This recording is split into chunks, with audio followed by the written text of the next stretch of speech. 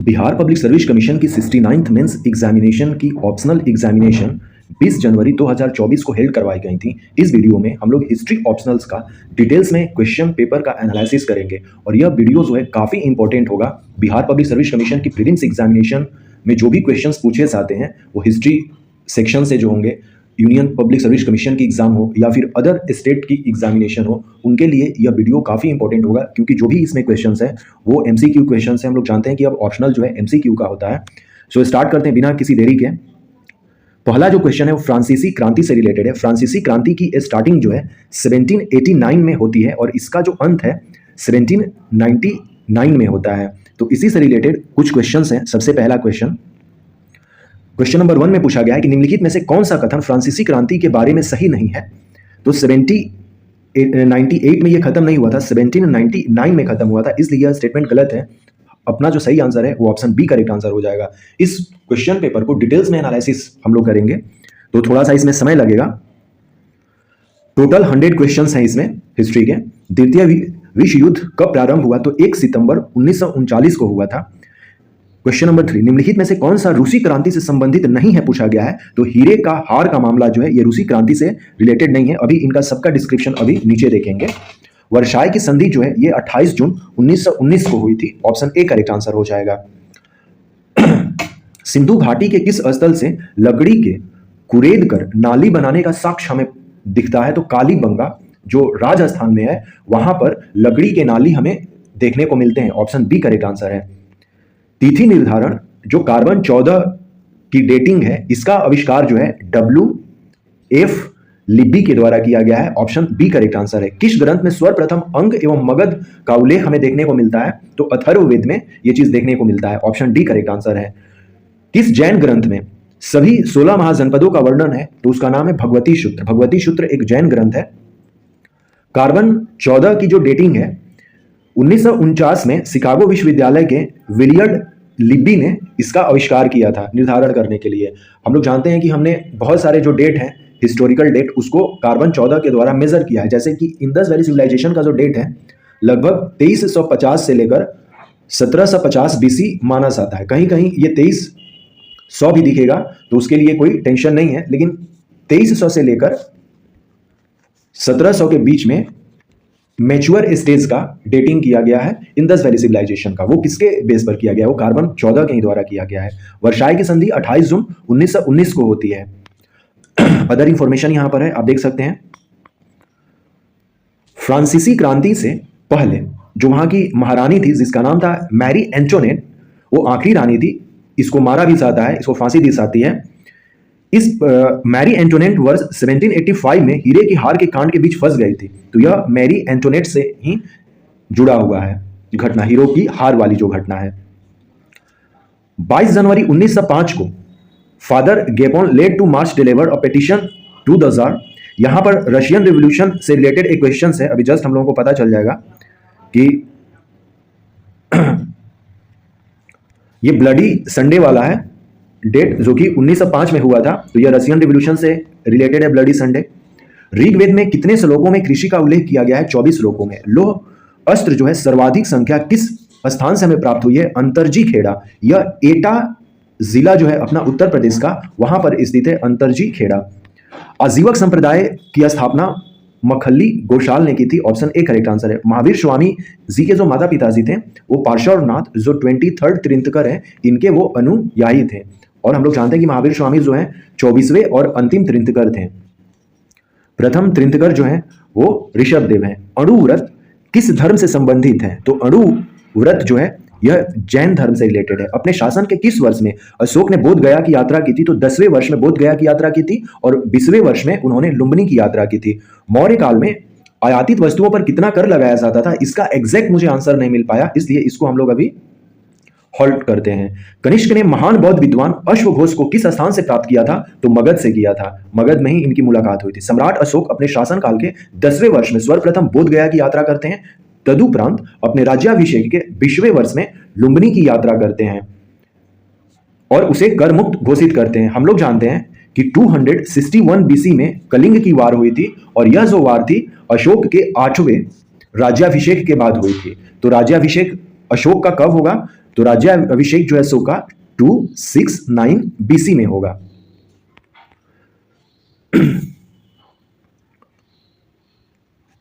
ये जो है अश्वघोष से रिलेटेड है। जो यहां पर ये क्वेश्चन जो था अश्वघोष को, ये कनिष्क को अश्वघोष कहां मिले थे? तो अश्वघोष का जन्म साकेत, जो कि अयोध्या को पहले कहते थे, वहां पर हुआ था।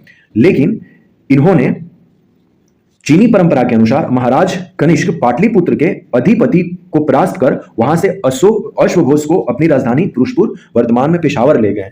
तो पाटलिपुत्र से ही अश्वघोष इन्हें मिले थे कनिष्क को। तो सही आंसर अपना पाटलिपुत्र हो जाएगा। बुद्ध घोष जो है ये 5वीं शताब्दी में थे। इससे रिलेटेड एक क्वेश्चन पूछा जाएगा बुद्ध घोष से रिलेटेड, तो अभी हम लोग देखेंगे। कनिष्क के राज दरबार में कौन संबंधित नहीं? तो बुद्ध घोष, क्योंकि कनिष्क का जो शासन काल है, इनका राज्याभिषेक 78 AD में होता है, अर्थात कि ये पहली शताब्दी में थे और बुद्ध घोष जो है ये 5वीं शताब्दी में है। तो किसी भी तरह से ये कनिष्क से संबंध नहीं रखते हैं। जबकि अश्वघोष, पाशरव और वसुमित्र जो है ये कनिष्क के समकालीन थे। अश्वघोष को तो इन्होंने पाटलिपुत्र से प्राप्त किया ही था। तो इसलिए क्वेश्चन नंबर 17 का ऑप्शन ए करेक्ट आंसर हो जाएगा। वाकाटक नरेश ने सेतुबंध नामक पुस्तक लिखी है, किसने लिखी है? तो प्रवर सेन तृतीय ने, ऑप्शन बी करेक्ट आंसर है। समुद्रगुप्त ने उत्तर भारत में कितने शासकों को पराजित किया? 9 शासकों को। इब्न बतूता जो है, रेहला जो इसकी पुस्तक है ये अरबी भाषा में है, काफी इंपॉर्टेंट है, गड़बड़ाना नहीं है, अरबी भाषा में लिखी गई पुस्तक है रेहला।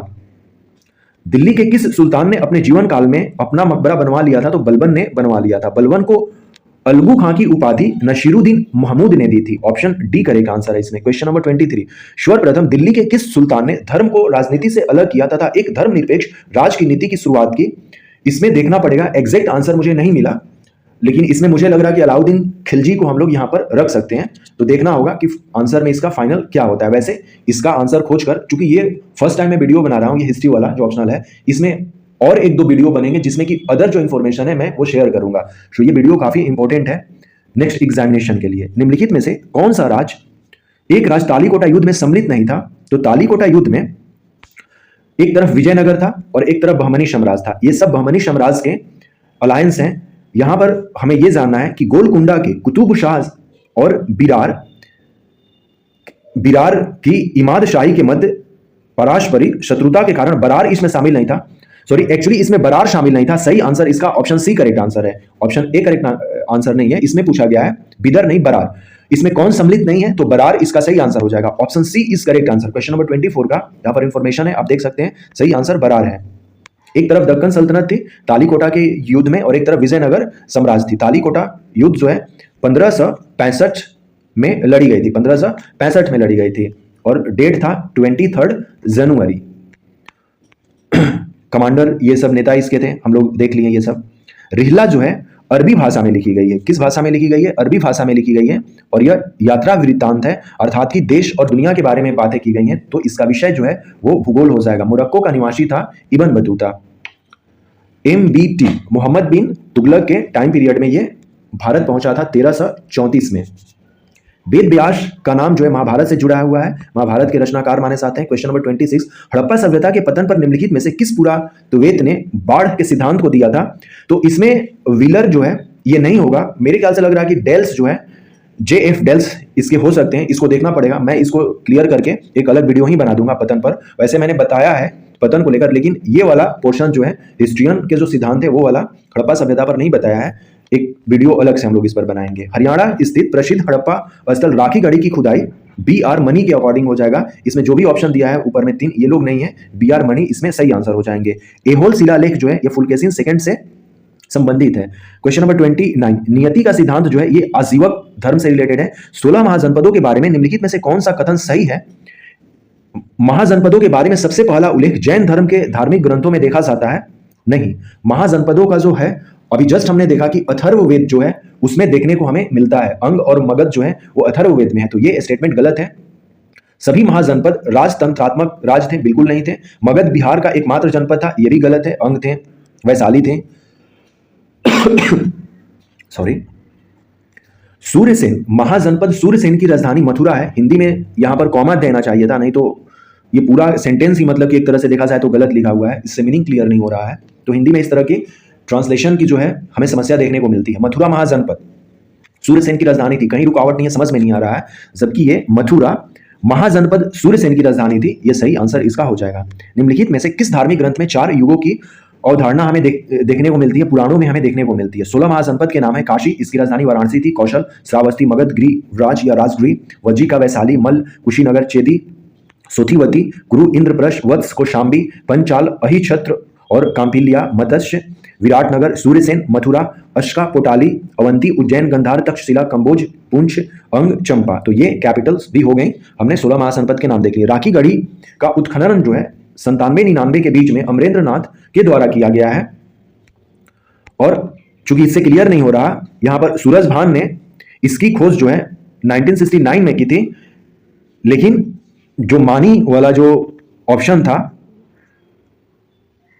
एसडी संकालिया ने ये आहर सिविलाइजेशन को खोज किया है, जो उदयपुर राजस्थान में एसडी संकालिया, जो यहाँ पर साइंटिस्ट, ये जो आर्कियोलॉजिस्ट दिए हुए हैं यहाँ पर ये वाले क्वेश्चन में, हरियाणा की जो प्रसिद्ध हड़प्पा स्थल राखी गढ़ी है, तो संकालिया आहर हमने देखा, और इस तरह से इंफॉर्मेशन है। इसका सही आंसर ऑप्शन डी हो जाएगा। गिवन ऑप्शन के अकॉर्डिंग थोड़ा सा लिस्ट टाइप कर दिया गया है। इंफॉर्मेशन ये है, राखी गढ़ी का उत्खनन व्यापक रूप से 97-99 के दौरान अमरेंद्रनाथ के द्वारा किया गया। इसकी खोज जो है 1969 में सूरजभान ने की थी, जो घग्गर नदी के तट पर है। एसडी संकालिया के बारे में हमने देख लिया। अदर जो इंफॉर्मेशन है कि Rakhi Garhi has been authored by former ASI archaeologist director Amarendranath, जो कि इस पर काफी एक्सकवेशन किए हैं।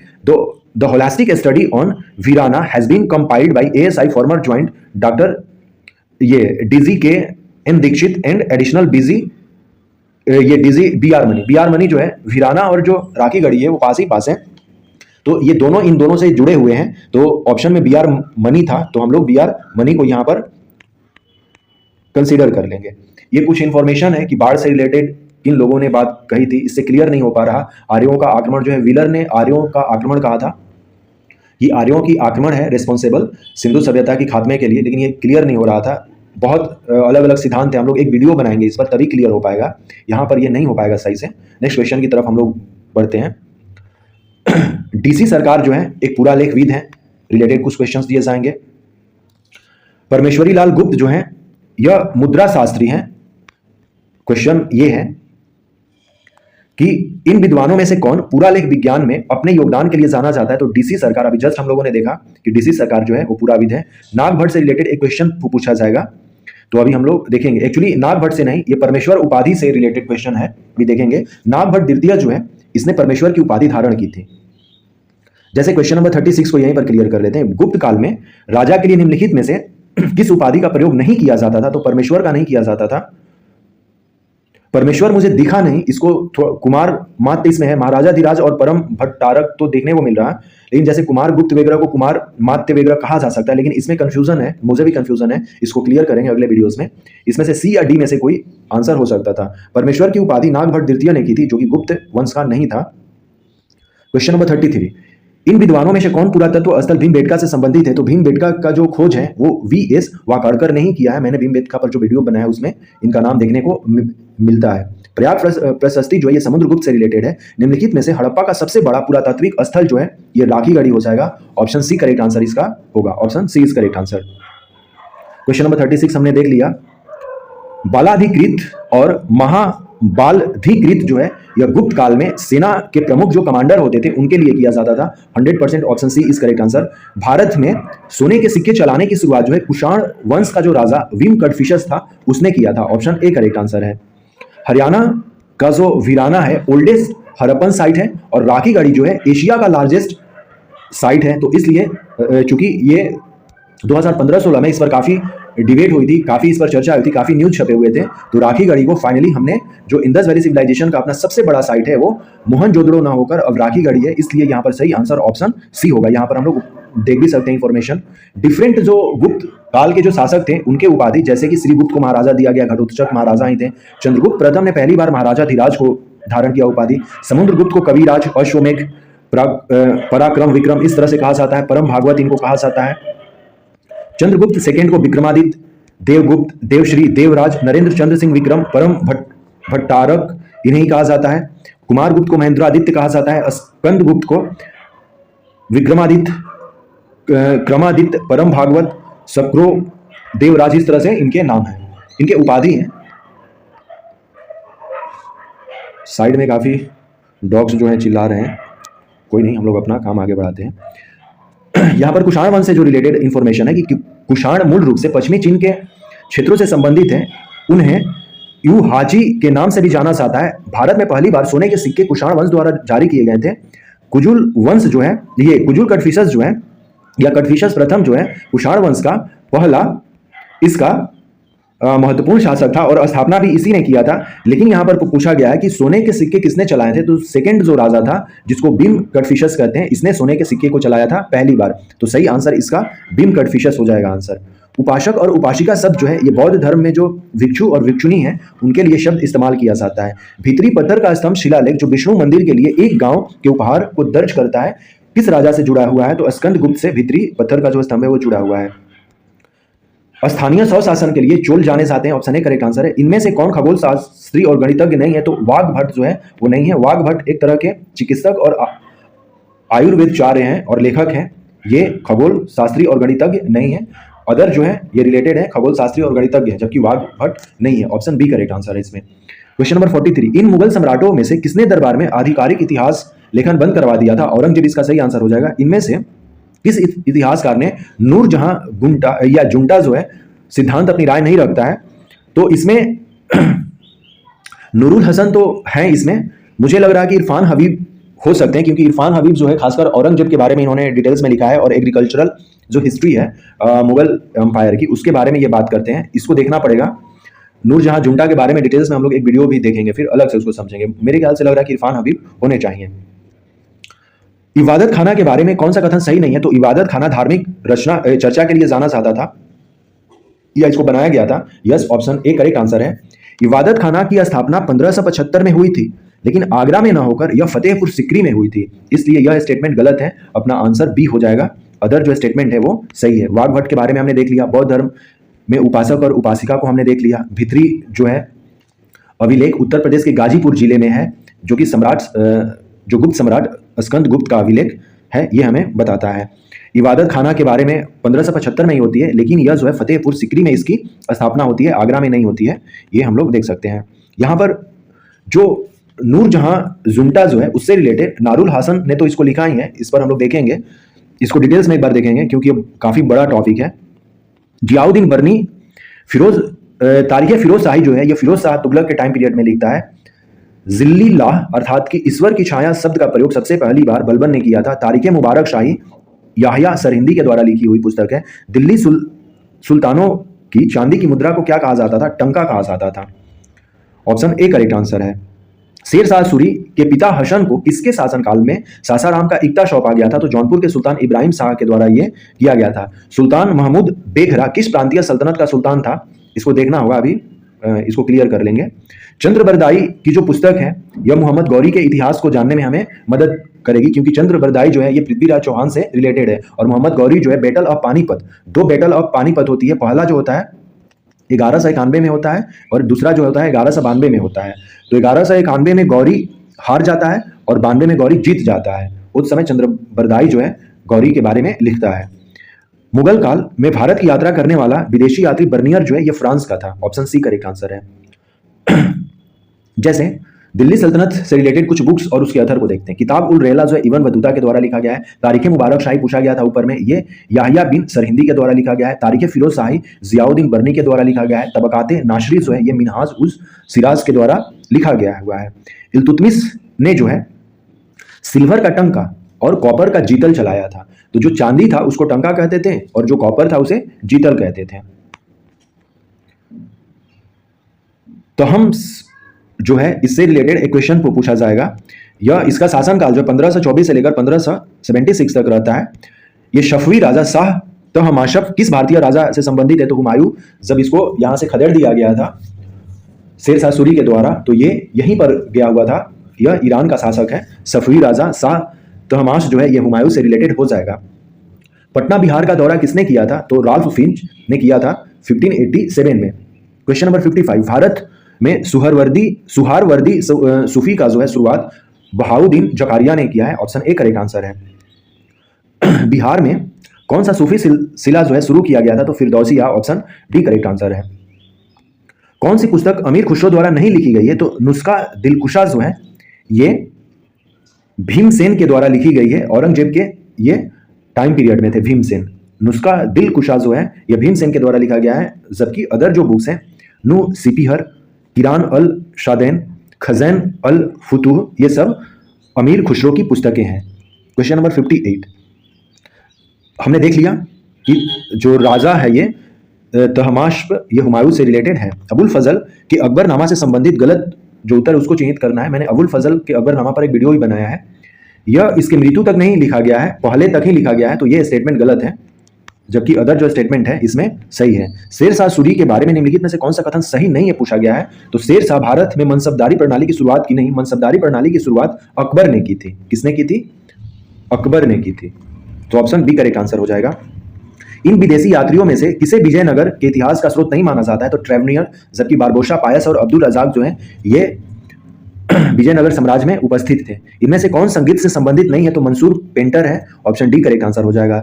रजनामा जो है महाभारत का फारसी अनुवाद है। निम्नलिखित में से कौन सा विभाग दिल्ली सल्तनत में दीवाने अर्ज से संबंधित है? तो रक्षा विभाग, और इसकी स्थापना जो है बलबन ने की थी। इसकी स्थापना जो है वो बलबन ने की थी, दीवाने अर्ज की स्थापना। नाउ क्वेश्चन नंबर 65, निम्नलिखित में से कौन सा कथन गलत है? तो सभी मनसबदारों का जात और शवार रैंक बराबर होता था, ये बिल्कुल गलत है, अलग अलग होता था। जबकि मनसबदारी प्रणाली की शुरुआत अकबर के द्वारा की गई थी। मनसब को जात और शवार कहा जाता था, बिल्कुल कहा जाता था। और मनसब की दोहरी रैंक अकबर ने अपने 40वें शासनकाल में शुरू की थी। ये भी स्टेटमेंट सही है, तीनों स्टेटमेंट सही है। ऑप्शन डी गलत है इसमें। निम्न में से किस इतिहासकार ने मुगल साम्राज्य के पतन पर ग्रेट फॉर्म के सिद्धांत को दिया है? तो इसको देखना पड़ेगा इसका सही आंसर क्या दिया जा रहा है। मदद ए मास जो है ये किससे संबंधित है मुगल काल में? शद्र उश सुदूर, शद्र उश सुदूर से रिलेटेड है मदद ए मास। अब देखेंगे कि मदद ए मास क्या होता है। अधिकारी जिसे मुगल काल के विद्वानों को गुजारा भत्ता मदद ए माश प्रदान करने की जिम्मेदारी दी गई थी, वो शद्र नाम से जाने जाते थे। यही क्वेश्चन पूछा गया है। मदद ए माश निर्वाह भत्ता से रिलेटेड है ये। दुराते बारबोसा जो है ये पोर्चुगीज ट्रेवलर है, विजयनगर अंपायर में आया था।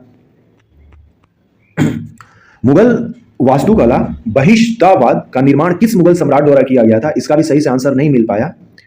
निपख जो है, मुझे लग रहा है कि इसका सही आंसर दादू होना चाहिए। दादू दयाल जो है, निपख गैर सांप्रदायिकता का मार्ग किस भक्ति संत से जुड़ा हुआ है? तो मुझे लग रहा है कि दादू दयाल से इसका सही आंसर होना चाहिए। इसका भी आंसर हम लोग एक बार देखेंगे। निम्नलिखित में से कौन सा चित्रकला से संबंधित नहीं है? ये तीनों जो है ये चित्रकला से संबंधित है। इन सब में चित्रों का वर्णन किया गया है, चित्रों से ही कहानी को बताई गई है। अनवर ए सुहेली हो, नियामतनामा हो या तुतीनामा हो। जबकि दस्ताए अमीर हमजा में चित्रों का उपयोग नहीं किया गया है और यही क्वेश्चन पूछा गया है, इसलिए ऑप्शन ए करेक्ट आंसर हो जाएगा। क्वेश्चन नंबर 71, खलजी काल में बुद्धिमान अधिकारी के लिए किस शब्द का प्रयोग किया जाता था? बरीद। ऑप्शन डी करेक्ट आंसर है। बरीद जो है यह जो खुफिया विभाग था उसका हेड होता था। तो खुफिया विभाग का हेड कौन होगा? बुद्धिमान व्यक्ति ही होगा, तो बरीद इसका सही आंसर हो जाएगा। तुहफुत अल मुवाहिदीनी पुस्तक किसके द्वारा लिखी गई है? तो ये राजा राममोहन रॉय के द्वारा लिखी गई है। हैदराबाद का अंतिम जो निजाम था वो मीर उस्मान अली खान है। ऑप्शन सी करेक्ट आंसर है। आदि ग्रंथ गुरु ग्रंथ साहिब जी का संकलन जो है ये गुरु अर्जन देव के द्वारा किया गया है। ये 5वें गुरु हैं। इन आधुनिक इतिहासकारों में से कौन विज्ञान और तकनीक के इतिहास पर अपने काम के लिए जाना जाता है? तो इसको थोड़ा सा देखना होगा। उस्मान अली खान जो है ये हैदराबाद का अंतिम नवाब था, अंतिम निजाम था। राणा रणजीत सिंह के तत्काल उत्तराधिकारी, अर्थात कि जब राणा रणजीत सिंह की मृत्यु हुई तो जस्ट उनके बाद खड़ग सिंह को राजा या उत्तराधिकारी बनाया गया। सूची 1 और सूची 2 को मिलाना है। एक तरफ पुस्तक है और एक तरफ उसके रचनाकार है। गुब्बारे खातिर जो है ये मौलाना अबुल कलाम के द्वारा लिखी गई पुस्तक है। नील दर्पण जो है दीनबंधु मित्र के द्वारा 1860 में लिखी गई है। असबाब ए बगावत हिंद जो है ये सर सैयद अहमद खान के द्वारा लिखा गया है। और गीतांजलि की रचना जो है गुरुदेव रविन्द्रनाथ टैगोर ने किया है। ऑप्शन ए करेक्ट आंसर हो जाएगा अपना। क्वेश्चन नंबर 78, ऑपरेशन पोलो जो है 1948 में हैदराबाद पुलिस कार्रवाई से संबंधित है। ऑपरेशन पोलो के ही द्वारा हैदराबाद को अपने अंदर मिलाया गया था, अपने भारत में मिलाया गया था, क्योंकि यहाँ का जो निजाम था उसको पाकिस्तान से प्रेम था। इन इतिहासकारों में से किसने आधुनिक भारत पर काम नहीं किया है? तो बीडी चट्टोपाध्याय जो है ये एंशियंट हिस्ट्रियन है, इसलिए ऑप्शन डी करेक्ट आंसर हो जाएगा। जबकि जो अदर ये 3 लोग हैं ये मॉडर्न हिस्ट्री पर लिखते हैं। क्रोनोलॉजी हमें करना है। मॉन्टेग्यू चेम्सफोर्ड सुधार जो है ये 1919 में आता है। लखनऊ समझौता जो है 1916 में होता है। खिलाफत आंदोलन जो है 1919 से स्टार्ट होता है, 24 तक चलता है। असहयोग आंदोलन को वापस लेना, असहयोग आंदोलन वापस जो है 1922 में लिया जाता है चोरी चोरा घटना के बाद। तो अब इसका क्रोनोलॉजी करते हैं। तो सबसे पहले कौन सा हो जाएगा? लखनऊ समझौता अर्थात कि 2। उसके बाद मॉन्टेग्यू चेम्सफोर्ड रिफॉर्म, और यहीं पर खिलाफत आंदोलन भी होता है। खिलाफत आंदोलन जो है फिर तीसरे नंबर पर हो जाएगा। तो इस तरह से थोड़ा सा हमें चेक करना होगा। जो सबसे लास्ट में होगा वो होगा हमारा असहयोग आंदोलन को वापस लेना, अर्थात कि 4 जो है लास्ट में होना चाहिए, और 4 लास्ट में होना चाहिए। और लखनऊ समझौता से पहले मॉन्टेग्यू चेम्सफोर्ड नहीं होना चाहिए, अर्थात कि सबसे पहले 2 होना चाहिए, उसके बाद 1 होना चाहिए। 2 1 ये भी हमें दिख रहा है। 2 लखनऊ समझौता, इसमें भी 2 है। मॉन्टेग्यू चेम्सफोर्ड इसमें भी है। तो इसमें थोड़ा सा काफ़ी कंफ्यूज हो गया, क्योंकि मॉन्टेग्यू चेम्सफोर्ड सुधार भी जो है 1919 में आया था, और 1919 में ही ये खिलाफत आंदोलन भी स्टार्ट हुआ था। तो मॉन्टेग्यू चेम्सफोर्ड सुधार से पहले एक तो पहला सही है कि सबसे पहले 2 होगा लखनऊ समझौता, और लास्ट में 4 होगा असहयोग आंदोलन। ठीक है। अब मॉन्टेग्यू ये लखनऊ के बाद मुझे लग रहा है खिलाफत आंदोलन कर देना चाहिए हमें। खिलाफत आंदोलन कर देना चाहिए, खिलाफत आंदोलन कर देना चाहिए, क्योंकि 1918 में नहीं, रुक जाइए 1 मिनट। अभी जस्ट हम लोगों ने देखा कि जो वर्साय की संधि है वो 1919 में हुई थी। ओके, जून 1919 में हुई थी, 28 जून 1919 को हुई थी। और तो उसके बाद ही असहयोग आंदोलन होगा, वर्साय की संधि के बाद। ये खिलाफत आंदोलन वर्साय की संधि के बाद ही होगा। तो हम लोग ऑप्शन ए को चूज करते हैं। ओके, मॉन्टेग्यू चेम्सफोर्ड, उसके बाद खिलाफत आंदोलन करते हैं हम लोग। ऑप्शन ए इसका सही आंसर है। वैसे इसको एक बार और हम लोग जस्टिफाई करेंगे कि क्या इसका सही हो सकता है, क्योंकि मॉन्टेग्यू चेम्सफोर्ड और खिलाफत आंदोलन दोनों 1919 में हुआ था। इसमें थोड़ा कंफ्यूजन हो गया है। अभी ऑप्शन ए हम लोग कंसीडर करते हैं। मैच करना है हमें। मोपला विद्रोह मालाबार में हुआ था, कुका विद्रोह पंजाब में हुआ था, भील विद्रोह महाराष्ट्र में होगा, कोल विद्रोह बिहार और उड़ीसा में होगा। इस तरह से जब हम लोग मैच करेंगे तो ए का ए, 2 का 2, 1 का 1, 2 का 2, ये हो जाएगा। सी का 4 होगा, महाराष्ट्र होगा। ऑप्शन डी करेक्ट आंसर है क्वेश्चन नंबर 81 का। बिहार प्रांतीय किसान सभा की स्थापना जो है 1929 में किया जाता है स्वामी सहजानंद के द्वारा। 1935 नहीं होगा, इसलिए ऑप्शन बी करेक्ट आंसर हो जाएगा। क्वेश्चन नंबर 83, निम्नलिखित में से कौन सा राज्य सबसे पहले सहायक गठबंधन प्रणाली को स्वीकार किया था? तो हैदराबाद ने किया था 1798 में। यहाँ के निजाम ने सब्सिडरी अलायंस जो है वेलेस्ली के द्वारा लाया गया था, उसको अपनाया था। इन लेखकों में से किसने सबसे पहले ब्लैक होल त्रासदी का घटना किया था? तो J.Z. हॉलवेल ने ही इस घटना को लिखा था। ब्लैक होल की जो घटना है यह 1756 में हुई थी, 1756 में हुई थी, और यही कारण था बैटल ऑफ प्लासी का। काफी इंपॉर्टेंट ये क्वेश्चंस दिया गया है, मैंने इसको कई जगह से इसको क्लियर कर लिया है। 79 अनुयायियों के साथ गांधी जी ने अपनी यात्रा प्रारंभ की थी। विकिपीडिया पर 78 दिखेगा, कई जगह 78 दिखेगा, लेकिन मैं बता रहा हूं कि मैंने क्यों 79 किया, अभी जस्ट हमें पता चल जाएगा। राष्ट्रीय आंदोलन में बहिष्कार का सुझाव सबसे पहले 1905 का जो बहिष्कार आंदोलन था बंगाल पार्टीशन के अनाउंसमेंट के साथ ही, तो संजीवनी न्यूज़पेपर में बहिष्कार शब्द को सुझाया गया था। ऑप्शन ए करेक्ट आंसर है। अब हम लोग यहां देखते हैं, दिनांक 12 मार्च को साबरमती आश्रम से दांडी मार्च प्रारंभ हुआ। ठीक 6:30 बजे गांधी जी ने अपने 79 अनुयायियों के साथ आश्रम छोड़ा और मार्च आरंभ किया। दांडी तक 241 मील की दूरी उन्होंने 24 दिनों में पूरा की। अब हम लोग देखते हैं इसको। यह PIB का एक लेख है जो कि दांडी मार्च पर पब्लिश किया गया है, यह प्रहलाद सिंह पटेल के द्वारा। यहां पर साफ लिखा हुआ है वही बात कि 12 मार्च को साबरमती आश्रम से हुआ और 79 अनुयायियों के साथ, ये 79 जो है, तो इसलिए हम लोग इसका सही आंसर 79 कंसीडर करेंगे, 78 नहीं करेंगे। बेगम सुगड़ा हुमायूं मिर्जा के बारे में क्वेश्चन पूछा जाएगा, ये वीमेन एजुकेशन से रिलेटेड है। क्वेश्चन नंबर 87 में पूछा गया कि मुस्लिम महिलाओं के बीच सामाजिक सुधार और शिक्षा के लिए जाना जाता है सुगड़ा हुमायूं मिर्जा को। लेडी इमाम जो है ये पटना से हैं, इन्होंने भारत के स्वतंत्रता आंदोलन में हिस्सा लिया था, लेकिन इनका काम उतना सामाजिक और सुधार और शिक्षा से लेकर नहीं है, तो लेडी इमाम यहाँ पर नहीं आंसर होगा सही। इसका सही आंसर सुगड़ा हुमायूं मिर्जा हो जाएगा। गांधी जी के साथ चंपारण में कौन नहीं थे? तो CR दास नहीं थे, जबकि राजेंद्र प्रसाद, मौलाना मजरूल हक, JB कृपलानी ये गांधी जी के साथ 1917 के चंपारण आंदोलन में थे। निम्नलिखित में से कौन सा कथन गलत है? सुभाष चंद्र बोस स्वराज की मांग की घोषणा करने वाले पहले नेता थे? नहीं थे, ये गलत है। गीता रहस्य पुस्तक को बाल गंगाधर ने लिखा है, सही है। लाला लाजपत राय को शेरे पंजाब के नाम से जाना जाता है, बिल्कुल जाना जाता है। सर्वेंट ऑफ इंडिया सोसाइटी की स्थापना गोपाल कृष्ण गोखले के द्वारा 1905 में की गई थी। तीनों स्टेटमेंट सही है। स्वराज की जो मांग है ये 1929 में सबसे पहले पंडित जवाहरलाल नेहरू जी के द्वारा किया जाता है, सुभाष चंद्र बोस के द्वारा नहीं किया जाता है। कांग्रेस के अकॉर्डिंग जो कांग्रेस की मांग आएगी, तो वैसे स्वराज जो शब्द है इसको तो सबसे पहले दयानंद सरस्वती ने दिया था, यह स्टेटमेंट गलत है। ऑप्शन ए हमारा सही आंसर हो जाएगा। क्वेश्चन नंबर 90, प्राचीन स्मारक संरक्षण अधिनियम जो है किसके टाइम पीरियड में आया था? तो लॉर्ड कर्जन के टाइम पीरियड में आया था 1904 में। थॉमस मैकॉले का जो मिनट है यह 2 फरवरी 1835 में इसने पब्लिश किया था, लोगों को बताया था, और यहीं से जो है हमारी गुलामी और हमारी क्लर्कियल जो एबिलिटी है वो हम लोगों ने खूब गेन किया कि क्लर्क हमें बनना है और अंग्रेजों का हमें सम्मान करना है, उनके साथ रहना है। ये यहीं से स्टार्ट होता है 2 फरवरी 1835 से। थॉमस बेबिंगटन मैकॉले उसका पूरा नाम है मैकॉले का, जो कि 2 फरवरी 1835 को पब्लिश किया था। इन इतिहासकारों में सबर्स्टन स्कूल से संबंधित है, तो रंजीत गुहा इसके सही आंसर हो जाएंगे। 1883 और 84 में एल्बर्ट बिल जो है ये लॉर्ड रिपन के टाइम पीरियड पर आया था, रिपन के टाइम पीरियड पे आया था। इनका जो वायसराय का जो टाइम पीरियड है और गवर्नर जनरल ऑफ इंडिया का इनका टाइम पीरियड 1880 से 84 के बीच में चलता है। एल्बर्ट बिल जो है वो न्यायिक सुधार से रिलेटेड है। मैंने एल्बर्ट बिल पर भी वीडियो बनाया है, आप देख सकते हैं, बहुत सारे वीडियोस हैं हिस्ट्री के, आप सर्च करेंगे तो मिल जाएगा जिस टॉपिक पर। 1904 में प्राचीन स्मारक संरक्षण अधिनियम जो है वो आता है, उस समय लॉर्ड कर्जन का टाइम पीरियड था।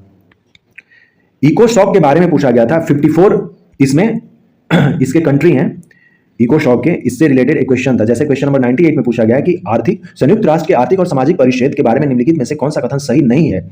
यह संयुक्त राष्ट्र के सब प्रमुख अंगों में से एक है, यह बिल्कुल है। इसकी स्थापना 1945 में हुई थी, बिल्कुल हुई थी।